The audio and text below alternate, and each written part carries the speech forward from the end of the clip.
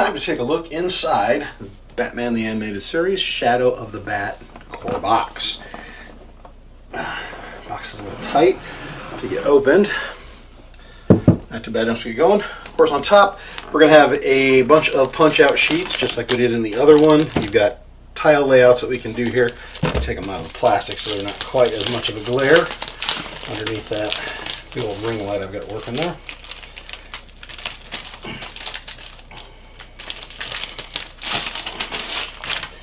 Alright, so we got a series of things we're going to need to punch out here. It looks like tokens. These obviously represent the various sides of the dice that you can give to the people to either side of you, so you can keep track of what token you have available. Another set of those looks like clue tokens. Various characters, including a very scary looking tied up Batgirl. Don't like that much. There's a coin there, that's kind of unusual. Backside is different on many of these. Yes, indeed, we've got some being hit with looks like water coming out of a door, or a door flying open quickly, but on the back it looks like Commissioner Gordon falling off of a building. So I'll be interested to see what all those do. This is obviously Two-Face's coin. That is very interesting. You've got the standard Liberty coin head on the one side, and then of course you've got the marred up coin on the other head. So that's pretty cool. Got some police cars, standard cars here. Looks like a bank vault door. Some additional tokens that show Batgirl surrounded in various colors. Obviously crates, file cabinets, fun things like that that would populate the map. We've got dumpsters, manhole covers, so all kinds of interesting things there. These look like standard thugs in various colors.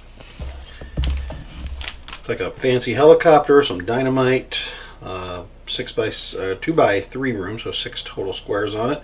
Again, a couple of other icons here. And unfortunately this one doesn't cut perfectly because part of Robin's face is cut off here. So I like to point out the good with the bad. It looks like I just got a bad cut on the sheet here. Again, you can see a very thin orange line on this edge, a thicker orange line here. Looks like the whole thing was shifted down when it was cut. Cutting off part of Robin's face, so not real happy about that. Tokens on the back look fine. Again, we've got tile layouts, and remember these different color borders, if you've seen my Ninja Turtle one, those mean different things. Like red is usually the line you can't move through. So it changes up the board as you put those on there. We've got, looks like open doors, stairs, somebody being affected by the Joker gas. That's kind of hideous, but interesting at the same time. A bunch more thugs, Joker setting off his gas. Looks like some broken walls. Wow, can't even know what some of these are. Looks like perhaps desks. Room filled with flames. That's fun for everybody. Same door's closed. So again, a whole series of tokens. So in the side of this pack are game reference sheets, and there's a round tracker here. So this tells you what all of your attribute icons are. Oh, there we go. There is the breakout of what all those status tokens mean, every single one of them. So that's kind of nice. It's handy, and everybody gets one of those. And then if you play in cooperative mode, it shows you how the villain control board works. Here are our main tiles. These are always very cool, so we'll take a quick flip through these before we get to the miniatures. Pop the banding strips off of this.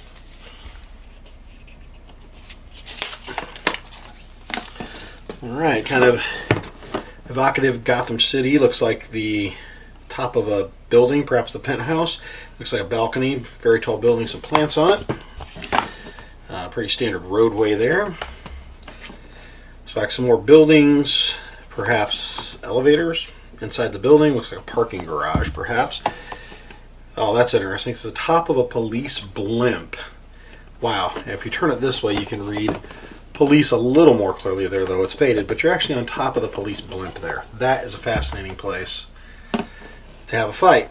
This one looks exactly like one of the boards out of Ninja Turtles. It's 2 rooftops with an alley in between them. I'm going to say this is inside of the chemical plant. Those look like big vats of chemicals with catwalks above them.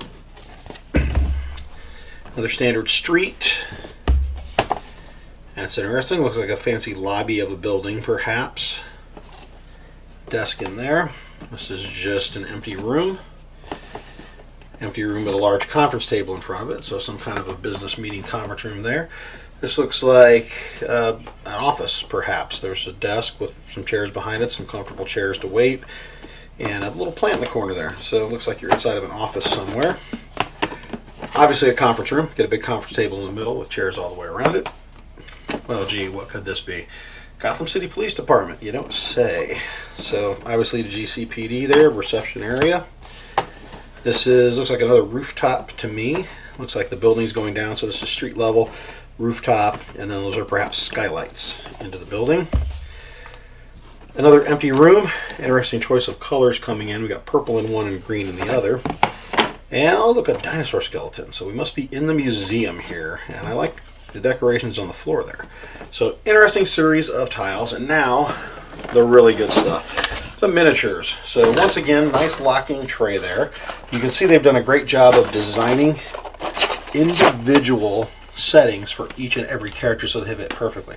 Let's look at the wingspan on Man-Bat. That is absolutely ridiculous. So let's pull up a couple of these characters. Let's take the Joker, for instance. See if I can get him out of here easily. So Joker here, he's got his little pop gun with him, so indicating once again we're in the animated series here. The characters are a little more angular in their design, a little cartoonish, but I love the Joker's pop gun. That's just a fantastic little touch for me. Scarecrow, he's a character that obviously became very popular to the masses after Batman Begins. That's a really nice looking figure. Look at those smoke trails coming out of those bottles. Absolutely fantastic. I cannot believe how cool that figure is. I'm just thoroughly impressed with that. So we've got, let's take out Catwoman, take a look at her real quickly. So Catwoman here, look at the dynamic whip she's wielding there. That's amazing the way that that curls around behind her. So fantastic stuff. Unless we forget, we've got our heroes here. Now, one thing you'll notice, all these figures are gray. A popular thing these days is you cast the heroes in one color and the villains in a different color, so it's easy to tell them apart at a glance. But let's take a look at Batman. Obviously, pretty dynamic pose. Look at that chiseled jaw. Very dynamic with the cape flying away and behind him there. So I like that action pose. He's getting ready, obviously, to deliver a punch to somebody. We've got Robin here, the Boy Wonder.